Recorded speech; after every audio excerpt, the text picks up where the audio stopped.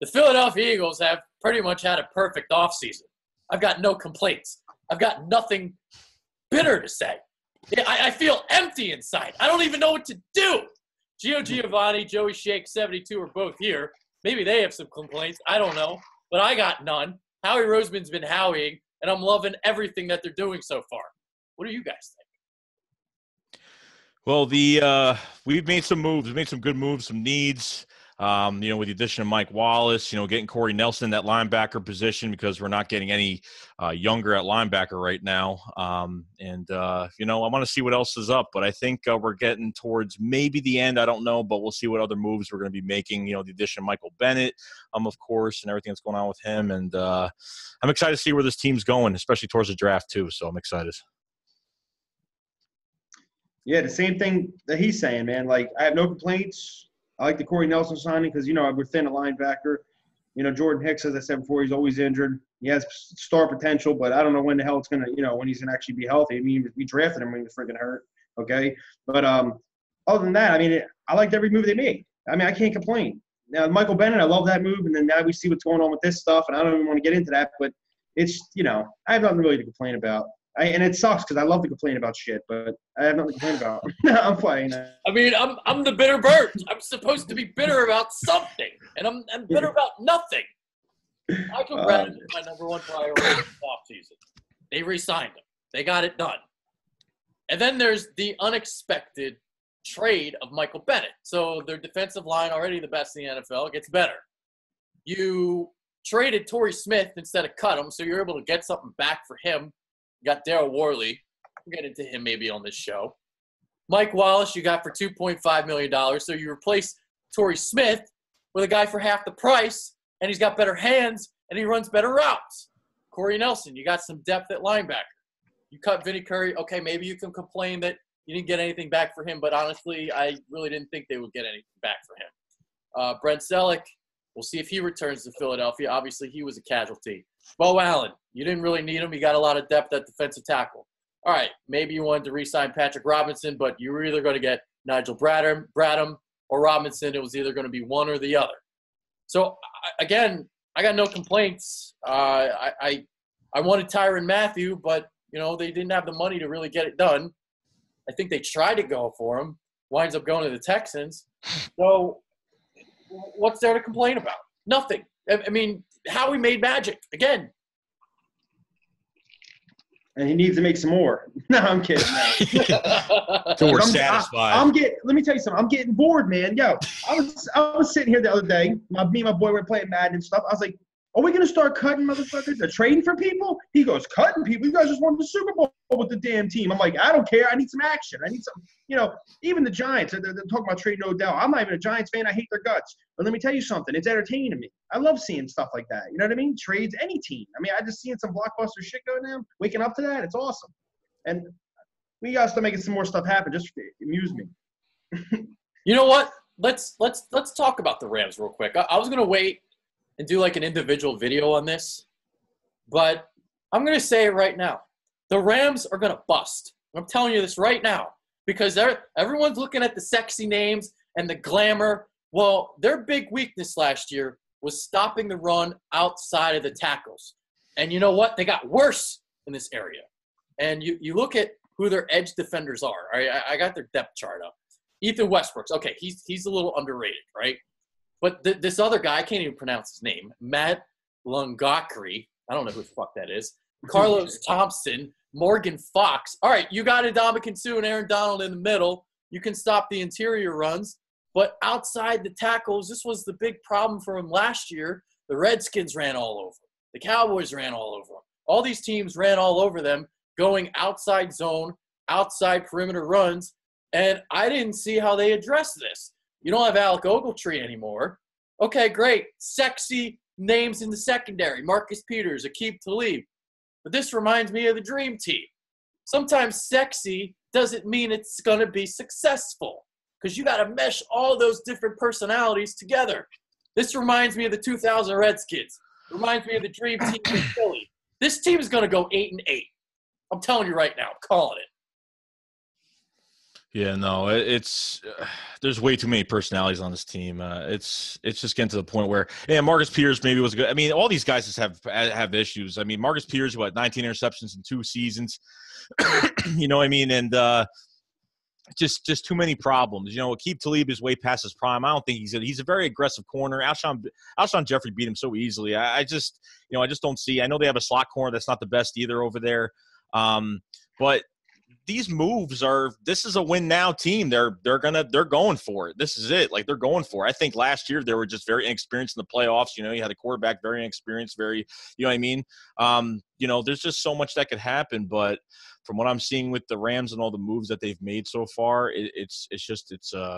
they're ready. They're coming at every team, and they're going to bring it. But I agree with you, Adrian. I don't think they're going to get as far as they're hyped to be as of right now. So, you know, and you said, like, they've lost Ogletree, they lost Quentin on the D line, and plus, you know, I don't know, maybe I compare it to the Eagles so much, but you know, they don't really have depth behind that D line, so you know, these guys get tired. So I mean, I don't see them doing too much, but I mean, I think they're definitely going to be overhyped, and I think they're probably 8-8 would probably be the best for them coming this year. So.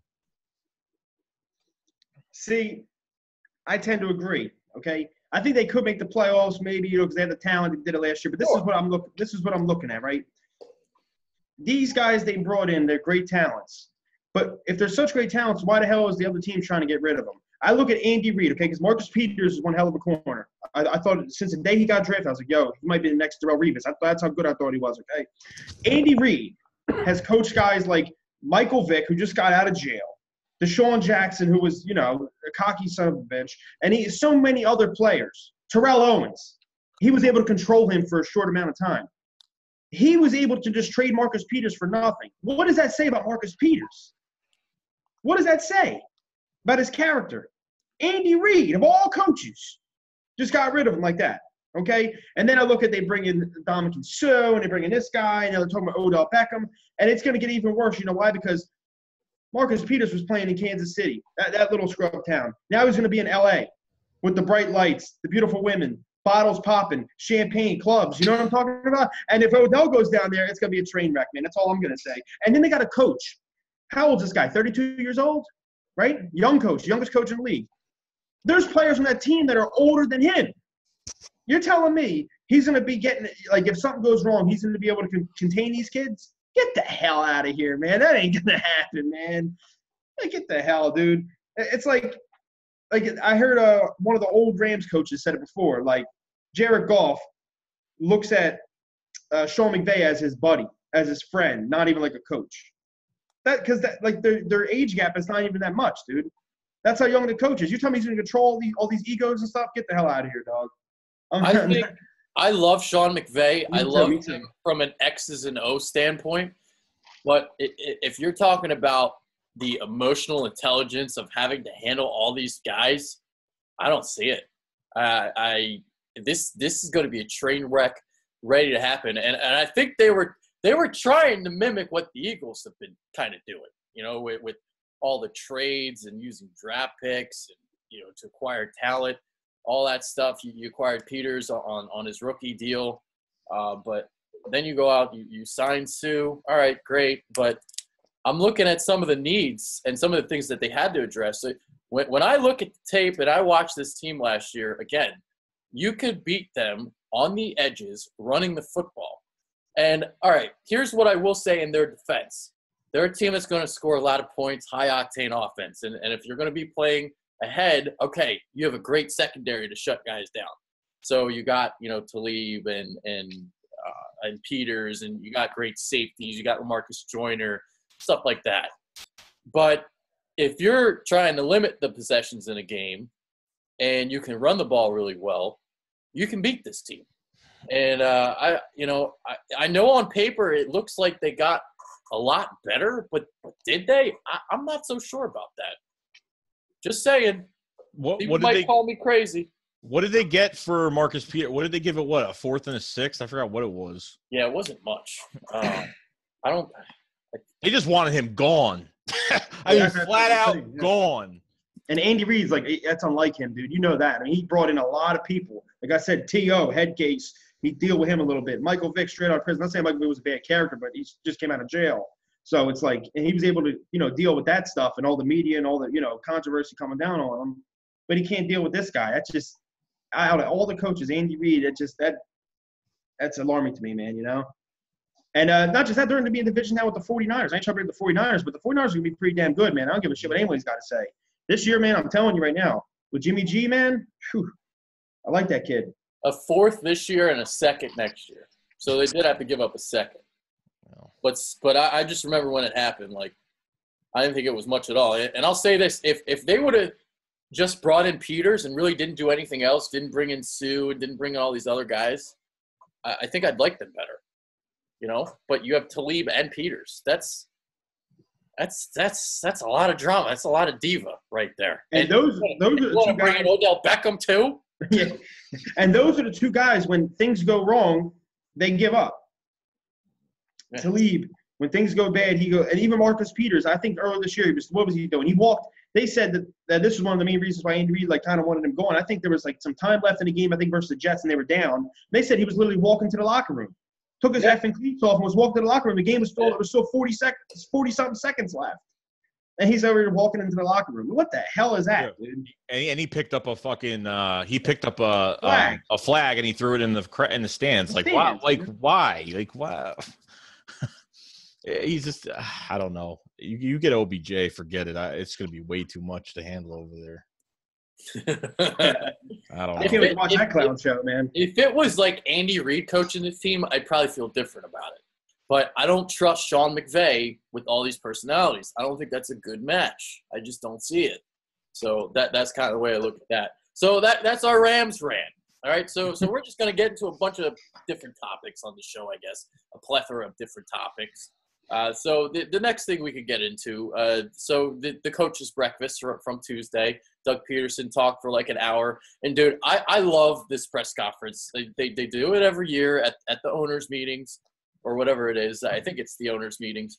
And they always have the coach talk for like an hour. And he'll talk about everything, anything, whatever you want to ask him. And he basically, Doug Peterson talked about a lot of different things. And when you watch a press conference, when Doug Peterson's talking about somebody without being prompted, that's when you know that he likes it. And the one guy that he mentioned that I liked hearing was Matt Collins about potentially being, there was a question about who's going to be the Nelson Aguilar this year. And he talked about Matt Collins potentially being that guy.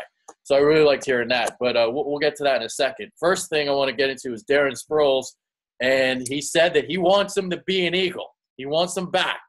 Do you guys want him back? Oh, hell yeah, I want him back. I mean, ever since we got him, I mean, I know Chip Kelly era, I mean, the Saints we gave up a 5th-round pick for Darren Sproles because they thought his career was pretty much over, which we found out it wasn't. He's a vital piece, especially for special teams. Our special teams have went down a lot. I mean, since 2014, our special teams have been pretty good, but this year definitely took a drop, bringing Kenyon Barner back to return the punts and everything. But when you think about Darren Sproles getting injured, it could be a blessing in disguise, if somewhat, because we probably wouldn't have seen what Corey Clement can do. We probably wouldn't have got the trade for Jay Ajayi by with the Week 9 trade deadline. Yeah. He's a vital piece of his offense. He could be a 3rd down back because I know we know LeGarrette Blount's with Detroit now. Bringing him back he creates a lot of mismatches. He's still got the speed, and he could do a lot. So I'm happy that at least they're because I was kind of wondering what's going on. So at least if he takes the veteran minimum, I don't think Darren Sproles is going to be asking for a whole lot for at least one more year. But I think. Early in the season, we even the Kansas City Chief game, like we didn't even run with Blount. We didn't run it. We was a whole big question mark. And then by the time when Sproles got hurt week 3, they used Sproles way too much. I mean, these little dump off passes. I mean, it's like a suicide pass because as you saw, he just got laid out, broke the forearm, tore the ACL, and it was all over. But he's been one of my favorite players. Even when he was on the Eagles, I've always liked him, his character. I'm excited to see him come back, and I'm hoping they can get something done. So I'm happy. Yeah, I agree, man. Look, only way I want him back is if he does take, the veteran minimum or whatever, because I think this running back is still – this room's a little crowded. And if they do draft that kid out of LSU or, what's his name out of USC, you know what I'm saying, and then things get even more crowded. But he helps our special teams tremendously, okay? I look at from the time he came to the Eagles, okay, all the way till now, because this year our special teams really wasn't that good. But when he came to Eagles, even last year, year before, we had the best special teams in the league with that cat. And I'm not saying it's just him, but I'm talking about it was punt returns, this, that. So he brings another dynamic to the offense. Now, the only thing I don't like is that it might take some, I think Corey Clement should get a lot more touches this year. Catches, carries, everything. Is it going to take away from him? I don't know. But I think Jay Ajayi might be the guy where they just pound the rock with him, and they use those two guys like gadget guys. And Darren Sproles, you could tell he fits great in what's-his-name's offense, in Doug Peterson's offense, catching things out the backfield, doing screens. And he's you know what I'm saying? He's one of a kind. You know what I mean? There's no other player in the league like him. Alvin Kamara is a great running back, but he's not.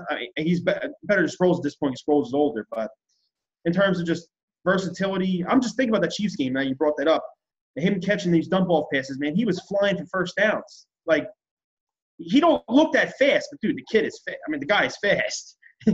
You know what I mean? I would love to bring him back. Yeah, he would help our special teams tremendously because we need help there badly. I think that was the only weakness I think this year, kind of on our team. Yep, and if you bring him back, you got to limit his snaps. I would hope that Doug Peterson would know how to utilize him. And I look at 3rd and 3s and 3rd and 4s. That's where you want to utilize Sproles on whether it's a swing pass out of the backfield or you line him up in the slot. You run some option routes. Whatever you want to do, that's how you pick up first downs with Darren Sproles, and that's something that he's done his whole career. So, and obviously, like Joey mentioned, helps out the special teams unit. All right, so next thing, another thing that he addressed during this coach's breakfast, slot cornerback, nickel cornerback. Who is going to be the guy? Two guys he mentioned, Jaylen Mills, Daryl Worley. So if you're the coach, if you're Doug Peterson, who do you want playing nickel? And it can be anybody. It doesn't have to be either of those two. It depends if, Jaylen Mills, because I know in LSU he played safety and corner, so, I mean, it's definitely going to be different. But I don't know if he's got the quick feet because in that slot corner position, you got to have the quick feet. But, Daryl Worley could play inside. He could play outside. He doesn't get beat on double moves. I mean, I heard from a lot of people say he's horrible, but I think he could be a nice product with what's around him in this defense, especially with this pass rush, especially, on top of you got Sidney Jones coming back and, all these other guys are going to help out. So I think he could be a nice product, a nice puzzle piece inside, just like, Patrick Robinson was a good puzzle piece inside this defense.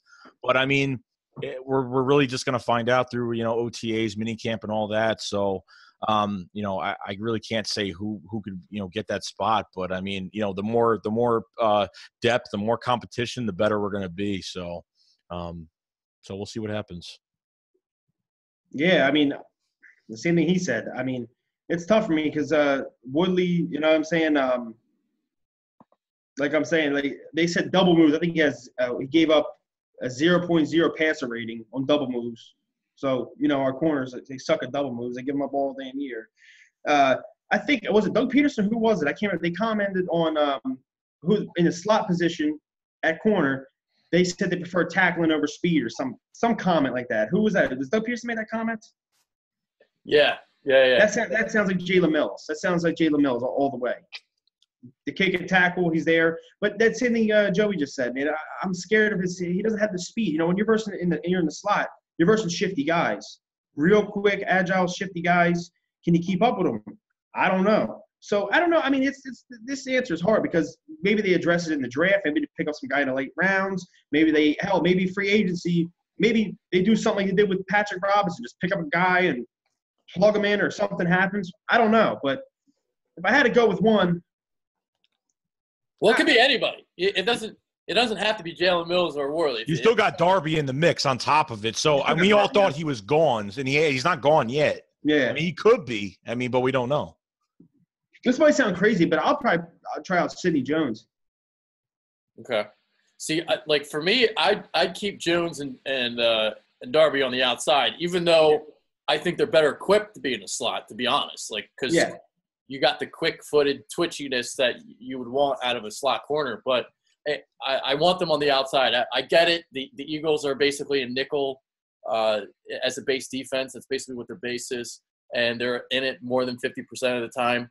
But I want my best corners on the outside. And some people might think that Jaylen Mills is better than Ronald Darby.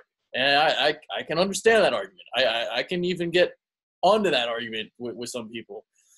But in terms of who I'd want in the slot, probably Jaylen Mills. That's the guy that I've been saying. The assumption is that you need a quick-footed guy, and, in some ways you do.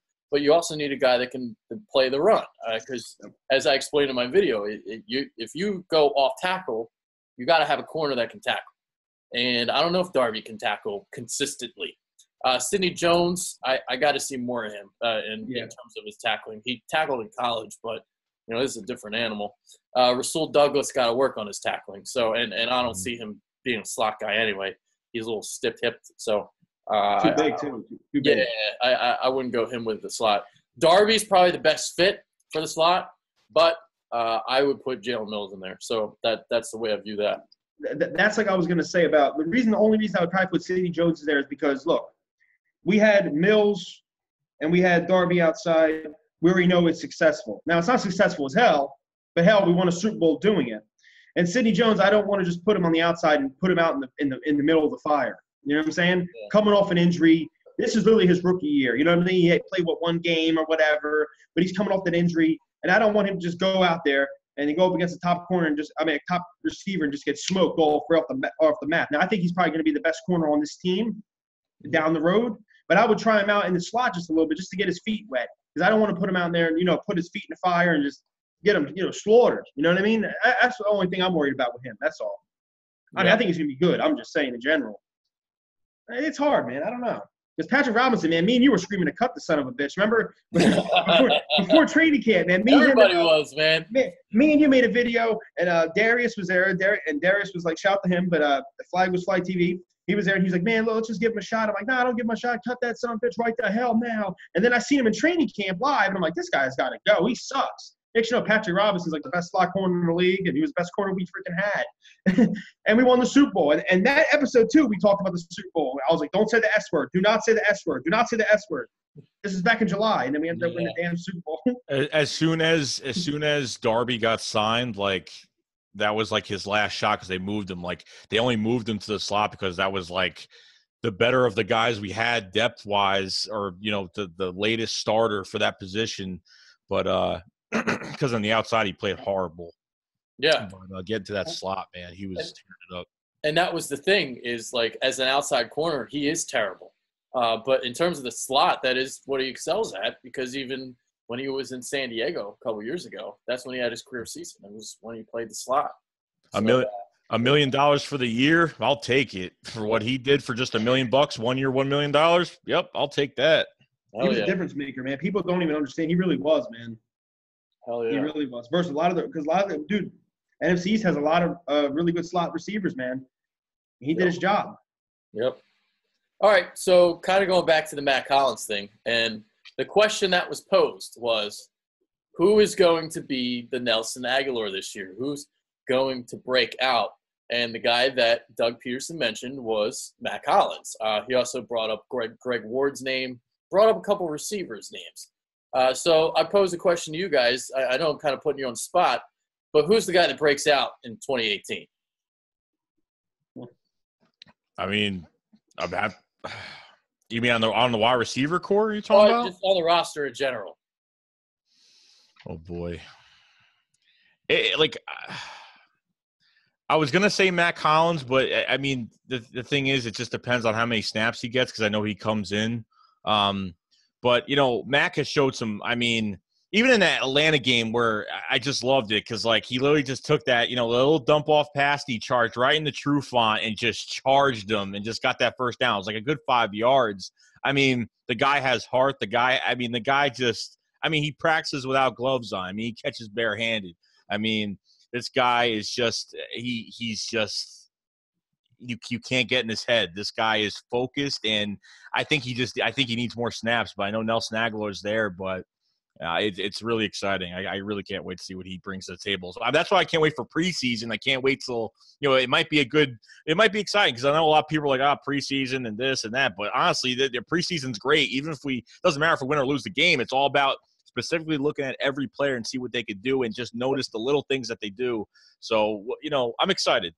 I think Matt Collins will do it, but I'm excited. That's crazy because Matt Collins, we first got him. I was like, that's a solid pickup, this and that. And I did a lot of research. And I'm like, wow, this kid, he played a lot of special teams. When he did play receiver, he averaged almost 15 yards a catch or something like that when he was in college. And I was like, let me see. And then I'm hearing a lot of he's practicing with no gloves. I'm like, I like that. Then I went to the training camp. I seen it live. And he's making some crazy catches, deep balls, everything with no gloves. I'm like, no gloves, man. You kidding me? I'm looking at my boy. He's sitting next to me like, you see that? He has no gloves on his freaking hand. I'm like, holy hell. And then we get to the preseason. I think it was the first preseason game, and he had that dude. That right there, I fell in love with the kid right away. And that's right around that moment, I was like, if they get rid of Jordan Matthews, I wouldn't even care. Because he's like Jordan Matthews but on steroids. The reason I say that is because he's the same body type, but he actually has speed. And he actually has the strength. You know what I'm saying? The yards after the catch. It's not like he's fast speed, like you said before, Bitter, but he's his stride. You know what I mean? His stride is just so damn long. Yep. He has speed like that. But who do I see breaking out as next Nelson Aguilar? I don't really know. I mean, that's tough. You know what I mean? I was going to say Corey Clement, but then he already kind of broke out. But I'm talking about like a big season. I could see him. I mean, he already had a good season, but I don't know because, as I said to you before we went on air, Nelson Aguilar was fucking dog shit for 3 years or 2 years. So I don't know. Matt Collins was already pretty solid his first year. So I don't know who's the next Nelson Aguilar. Because if so, they're not even on the team anymore. I don't think so. Well, for the viewers, I'm doing the show on the fly, so I didn't prepare in advance. So basically, I didn't think of a name yet until basically when you guys were talking. So the name that kind of pops out to my mind immediately is actually Billy Brown, the tight end. I was gonna say that as a joke a couple minutes ago. I was like, I'm gonna make everyone laugh. Okay, keep going. I'm kidding. Billy Brown, because I like what I saw last year in the preseason, the way that he could catch the ball. The Eagles are going to need a tight end to step up. We'll see what they do in the draft. We'll see if they re-sign Brent Celek or sign him, I should say, if that's something that they want to do. So I'll go with Billy Brown.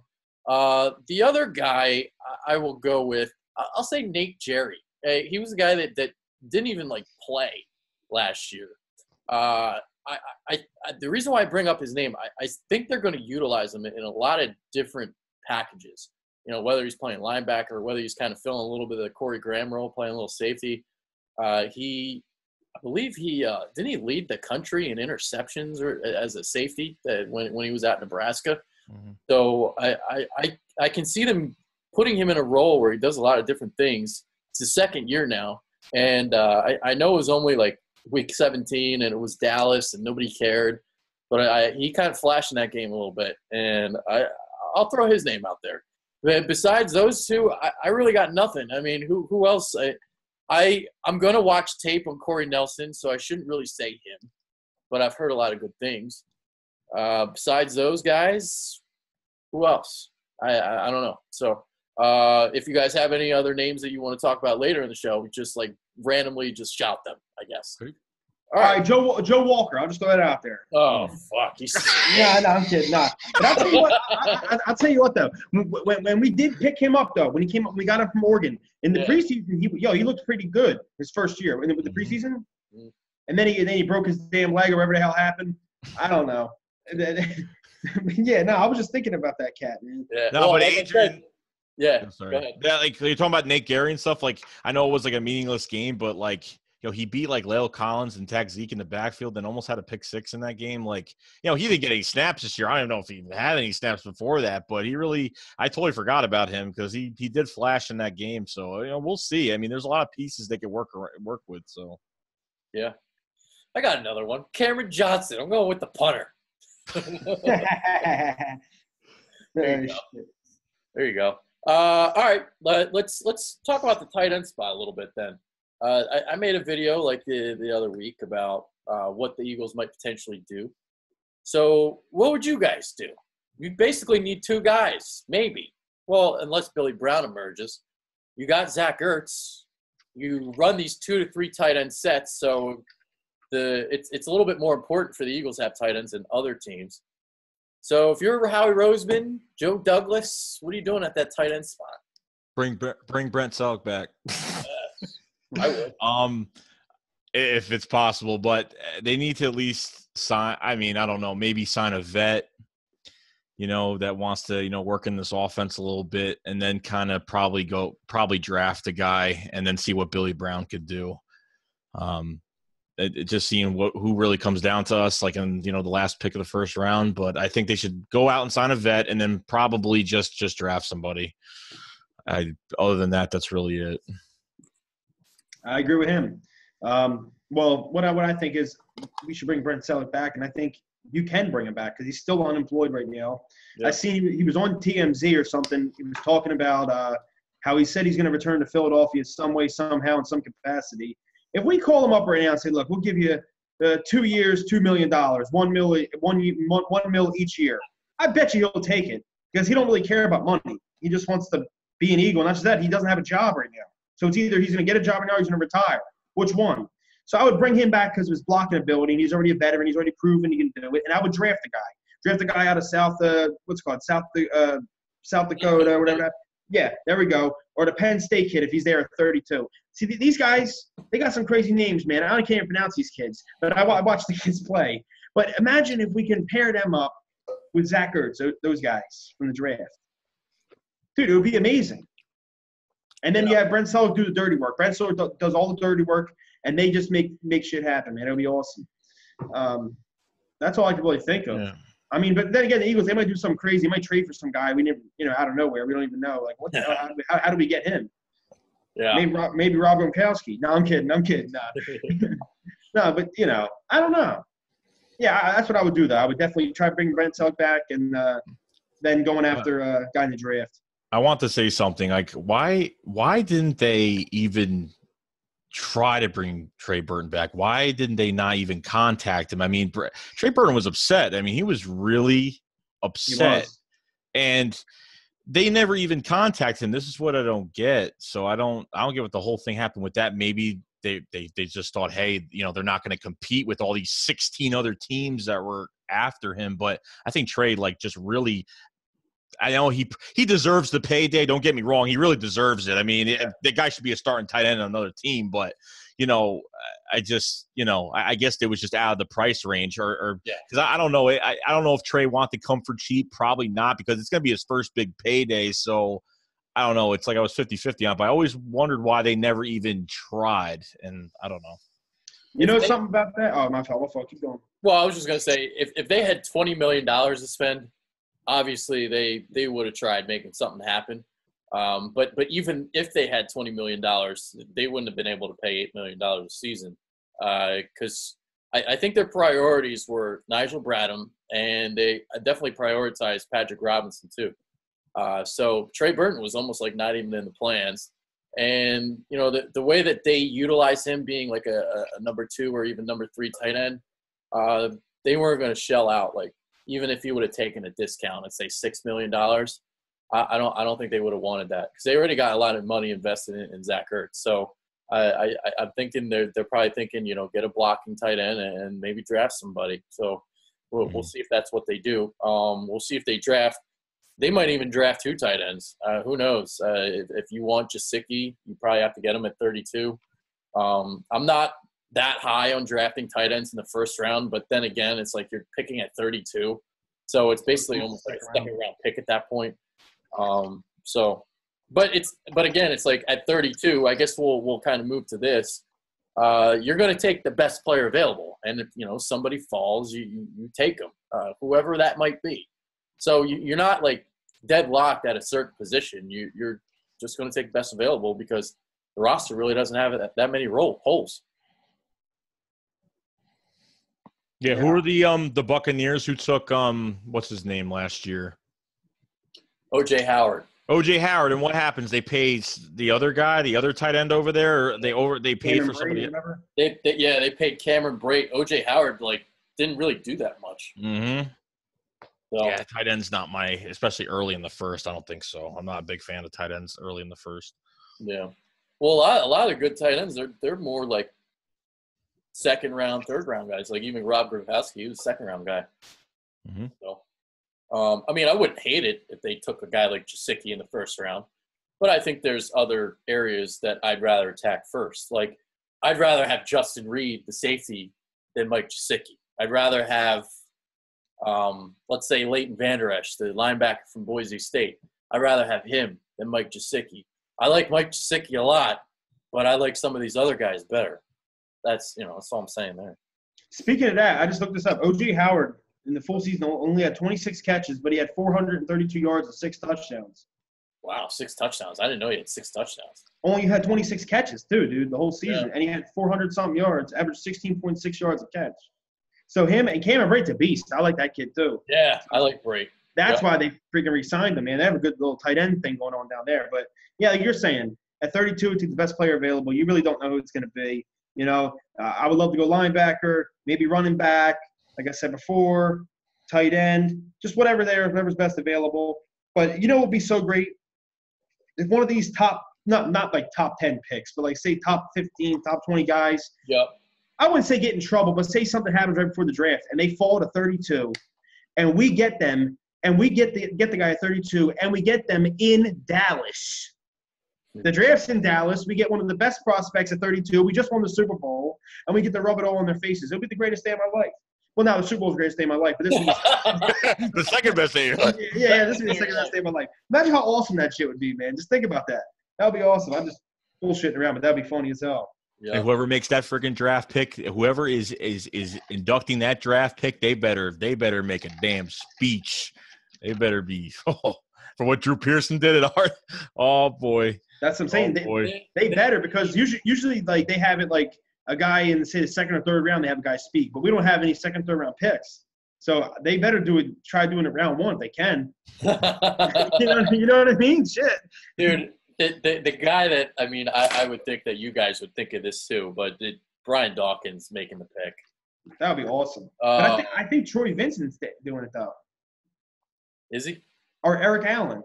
Eric Allen. I don't even know this information. So he tweeted something out like, "Yo, Dallas, I'm coming for you," or something like that about the draft. This was like literally right after we won the Super Bowl. I swear to God, I'm like, he was talking about the draft or something. I don't know. I would love Dawkins to do it though. Would you guys trade back? I guess that's the next question. For second and a third, yeah. Yeah, I think I would. If there's nobody there, if they don't, I don't know. If they want to accumulate more picks, I'm not against it. I'm not against them picking or moving back. I'm not. They could do either or. I'll be happy with it, really. Yeah. I guess it would depend on, like, if there's a lot of guys that they like that are on the board, you trade back. If there's nobody there that you like, you trade back. If there's, like, one guy that you're in love with and he's there, you probably take him. That's kind of the way I look at that. But, like, I'm kind of in favor of trading back because, well, the draft picks are kind of limited. So you want to acquire as much talent as you can at this point. That's kind of the way I look at that.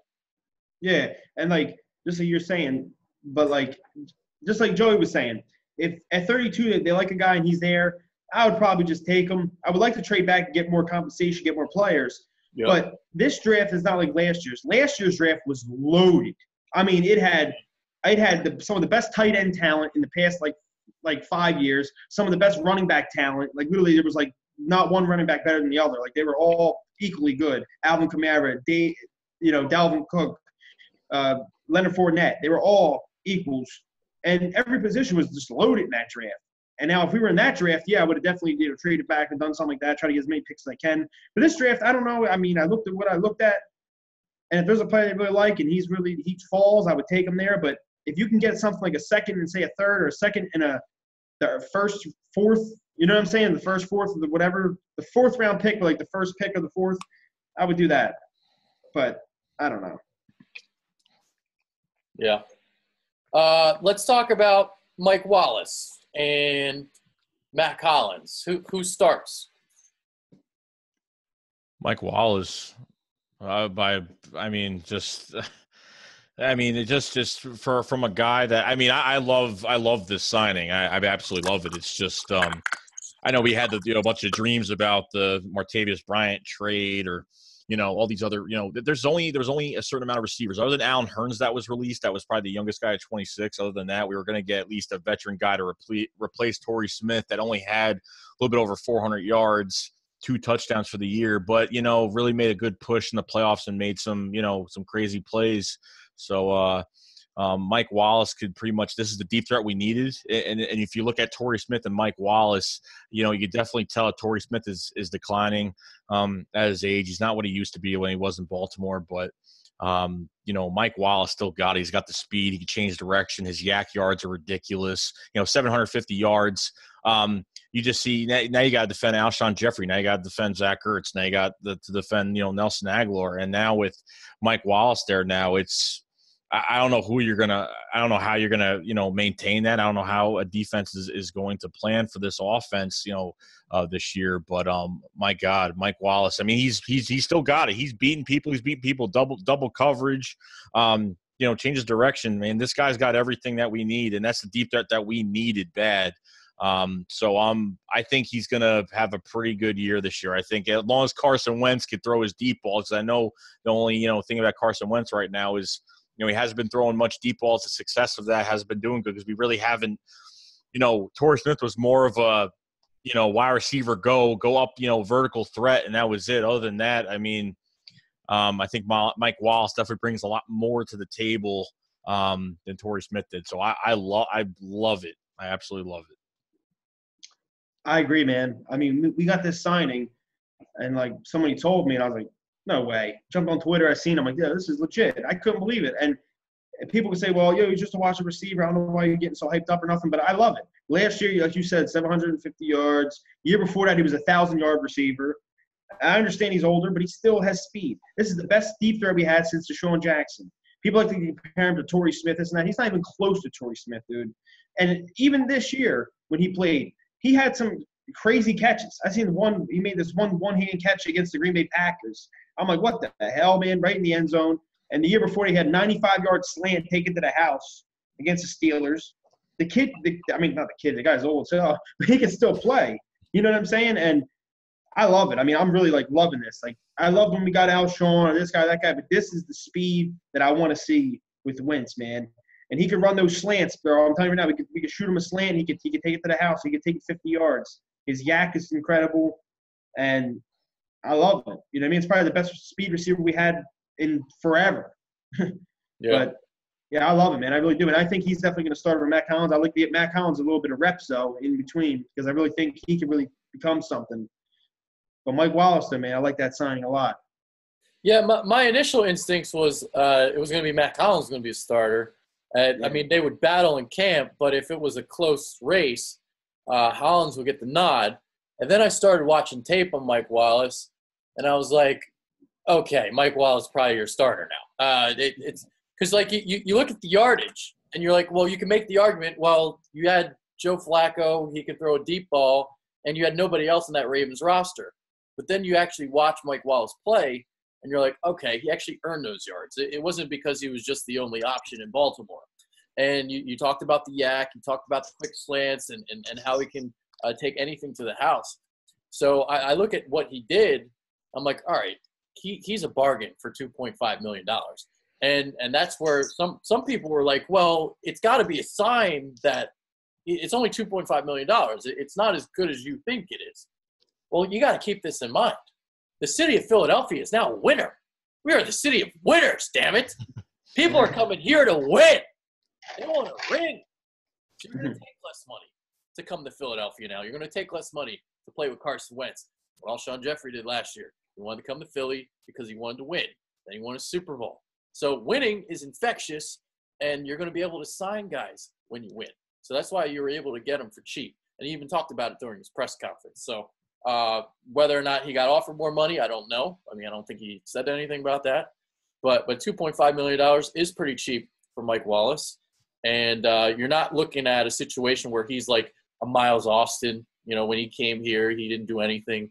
You're looking at like Ruben Randall came here for cheap. He didn't do anything. I think Mike Wallace is actually going to succeed here in Philly, and you're not looking for him to be, up in the hierarchy of the Eagles offense. He's your fourth option. So I really like what he's going to bring to the table. And, I watched the tape and I was like, damn, he still got it. So that's how I feel about that. So I was initially saying Matt Collins had 4,000 views in that video, and now I'm changing. So there you go. There's that. All right. So that's pretty much it, guys. We went like 30 minutes, something like that.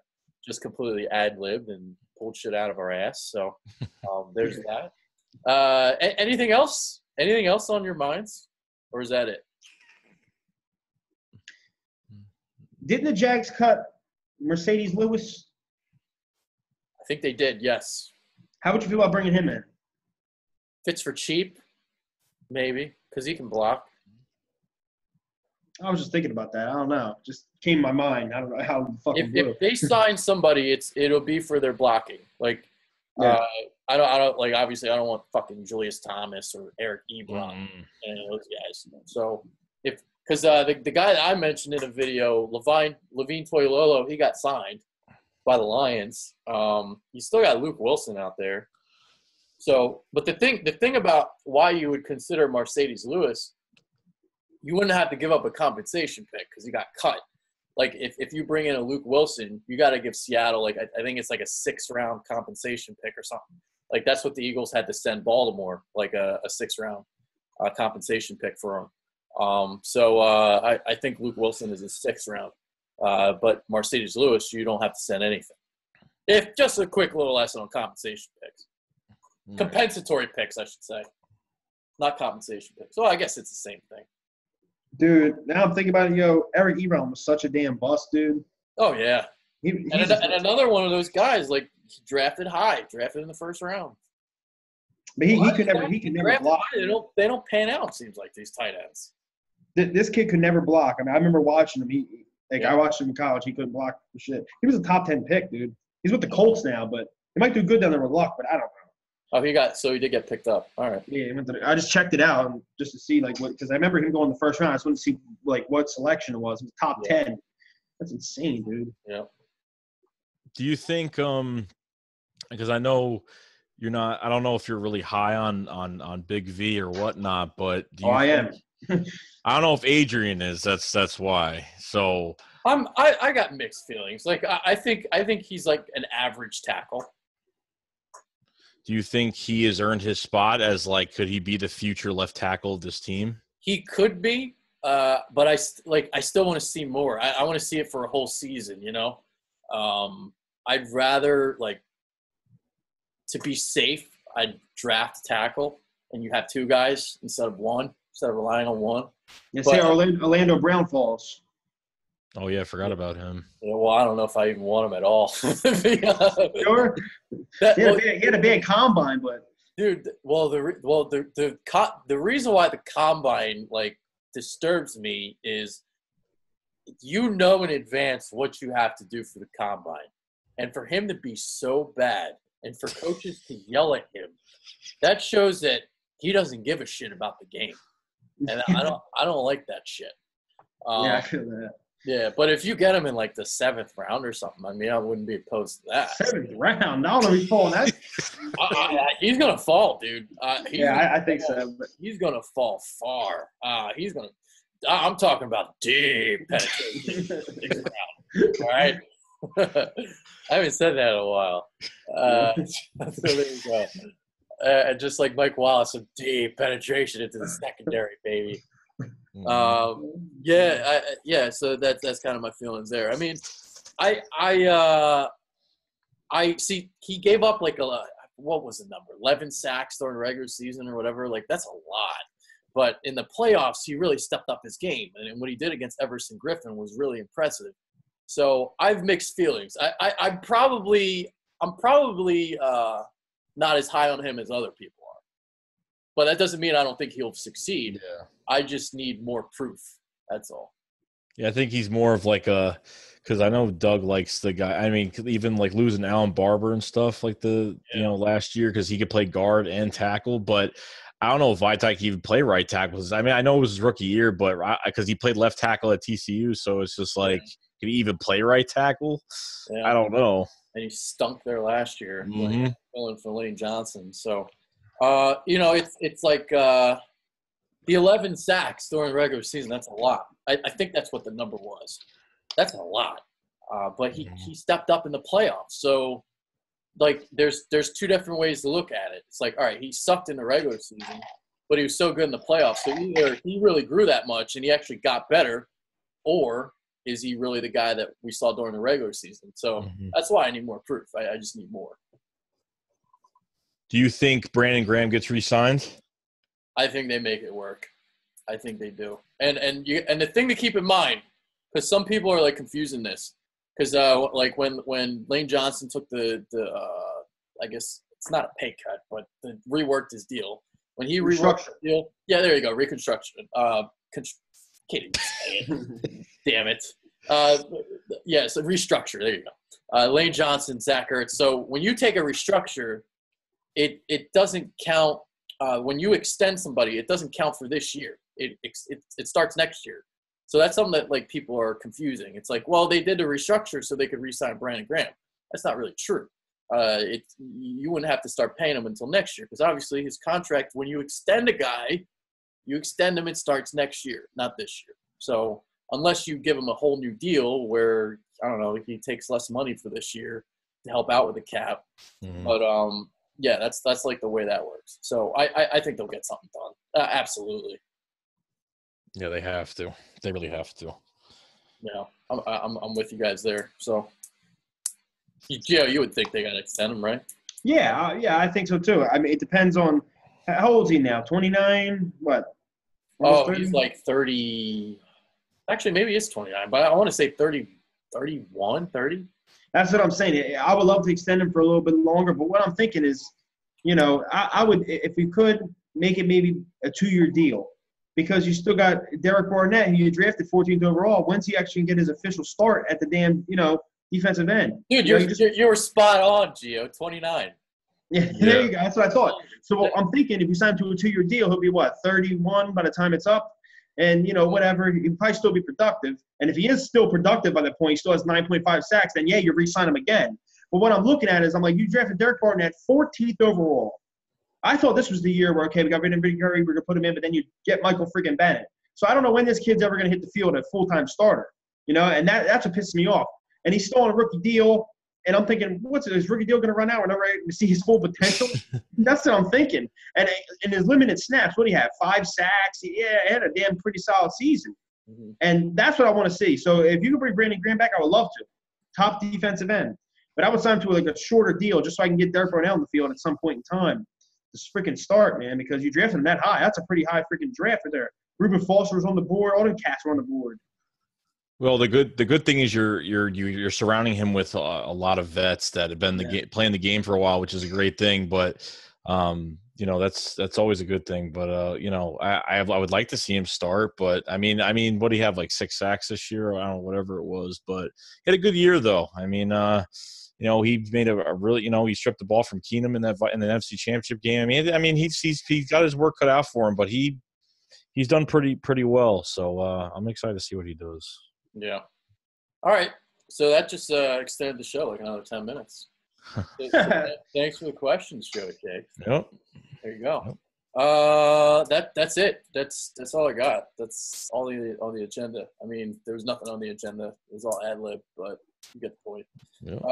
Okay. Any final thoughts? Any of you? Use? I'll say this. Something's gonna happen tomorrow morning. I don't know what, but we're gonna have to remake another video because some freaking news is gonna pop off. I'm telling you, I feel it, man. I feel it. We made this whole long video, and next something's gonna pop off. It's like, damn, we should have just waited one day. We should wait an extra day to make this video. But nah, I don't know. That's my final thoughts. You said that last time. You said something unexpected is gonna happen. We're all gonna make a video the next day on it, and then that Michael Bennett. Oh, dude. It wasn't a good way. It wasn't a good thing, man. Yeah. Oh, shit. Next thing you know, he's going to be thrown behind damn bars. That's what I'm waiting the hell up to. Oh, man. Well, what happened was we were going to do a free agency show like 2 weeks ago, and then it snowed, like whenever that was. It might have been last week. Mm-hmm. And then, like, now it's been so long that we're just like, all right, we probably shouldn't just do a free agency show. It's like, old news at this point. And then Monday, I fucked you guys over because I forgot I was going to the Sixers game. So then we waited until today to do it. So then today we're just like, all right, screw it. We'll just do a smorgasbord. That's probably what I'll call this show, smorgasbord. And just do a plethora of different topics. And that's what we did. So we did Eagles topics. We shit on the Rams. As GDP would say, we pissed down their throats. I'm glad you guys are in agreement with me because I saw them start making all these moves and I'm like, yep, dream team, disaster waiting to happen. And you don't have a culture like you do in Philadelphia where you have like a bunch of veteran leaders that can like make it work. No, it's not like Philly, and you have your head coach is too young to handle these personalities. It's not going to work. He's a genius when it comes to X's and O's. But my God, he's not going to be able to do the handle these personalities. I don't think so. There you go. Gio Giovanni, Joey Shake 72. I am Adrian Fedq. We're out. Later.